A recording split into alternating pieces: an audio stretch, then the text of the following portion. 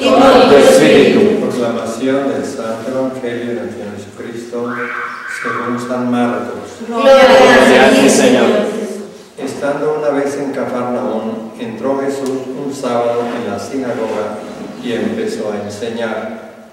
Se asombraban de sus enseñanzas, pues lo hacía como quien tiene autoridad y no como los escribas. Se presentó entonces en la sinagoga un hombre que tenía un espíritu maligno y se puso a gritar: «Déjanos en paz, Jesús de Nazaret, viniste a destruirnos, no sé quién eres, yo sé quién eres, el Santo de Dios». Jesús le ordenó: «Cállate y sal de él». El espíritu maligno lo sacudió, dio un terrible grito y salió de él. Todos quedaron tan sorprendidos que se preguntaban: «¿Qué es esto? Una nueva manera de enseñar con autoridad. Hasta los espíritus malignos les da órdenes y le obedecen».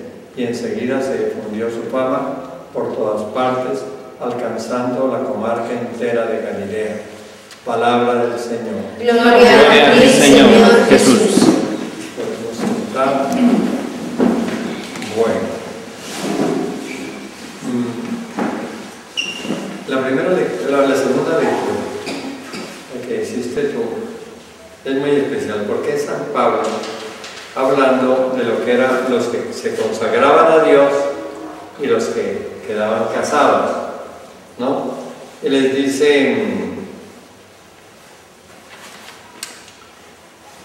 el que no tiene esposa se preocupa de las cosas del Señor, de cómo dar satisfacción al Señor. En cambio, el casado se preocupa de las cosas del mundo, de cómo dar satisfacción a su esposa, y anda dividido. Bien.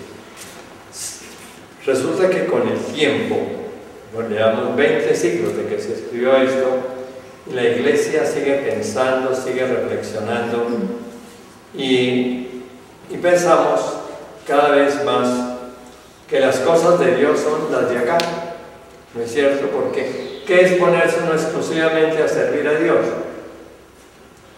No será solamente decir misa, ¿no? ¿Qué es servir a Dios? Servir a Dios es atender aquí a Alejandra, ¿no? Servir a Dios es atender, ¿cómo llama esta peladita tan bella? Laura Sofía. Laura Sofía. Eso es atender a Dios. Porque atender las cosas de Dios, ¿no es cierto? Por eso el matrimonio tiene un fondo espiritual lindísimo, ¿no? Todo lo que sea quererse de veras y entregarse el uno al otro y ayudarse, compartir, dialogar, caminar juntos, todo lo que perdonarse, toda esa tarea es servir a Dios, ¿no? ¿Verdad? Que no hay, porque por ejemplo uno que se dedica a las cosas de Dios, yo puedo dedicarme a las cosas de Dios enseñando en un colegio, ¿no? Y muchos sacerdotes enseñan. Hay sacerdotes, por ejemplo, que se dedican a investigar cosas científicas, ¿no? Ahí están sirviendo a Dios, pero eso no hay necesidad de no casarse para enseñar en un colegio o para investigar cosas científicas, ¿no?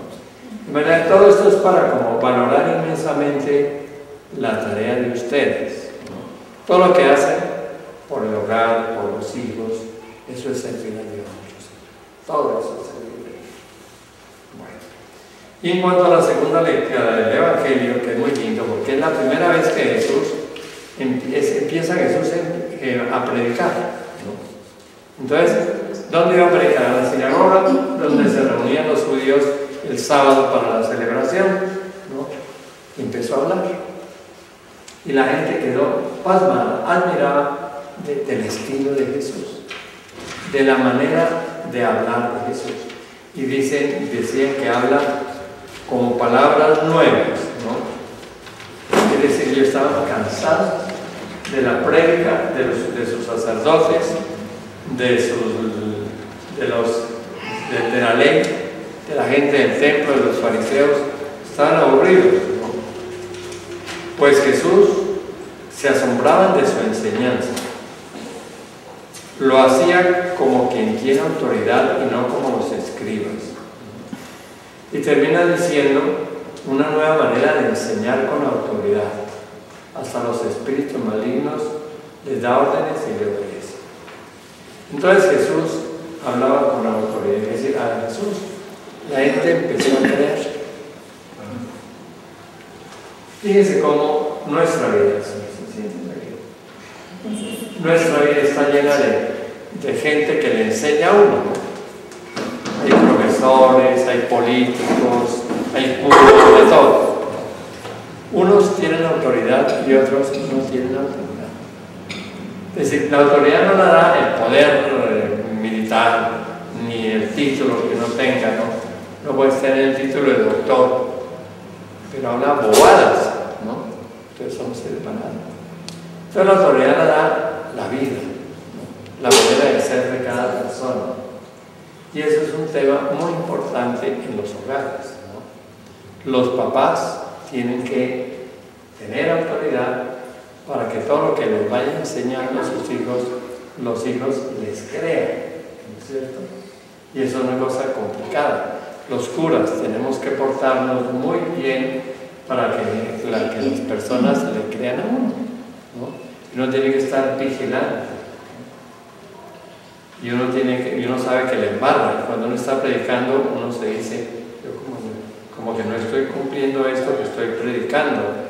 Mi vida no está respaldando lo que estoy predicando, ¿no? Uno tiene que estar siempre atento. Y eso todos los papás, los maestros, ¿no? Los profesores. Imagínense si los políticos hicieran ese examen de ver si cumplen lo que están diciendo, ¿cierto? Es el colmo, por ejemplo, que los políticos inviten al pueblo a tener paciencia cuando ellos no tienen paciencia y se ponen unos sueldos altísimos. Eso es el colmo del crimen más grande, un pueblo muriéndose de hambre y ellos se decretan subiendo los sueldos. Eso es horrible. Ellos no tienen autoridad, ¿no? Si nos dicen una cosa, no les creemos.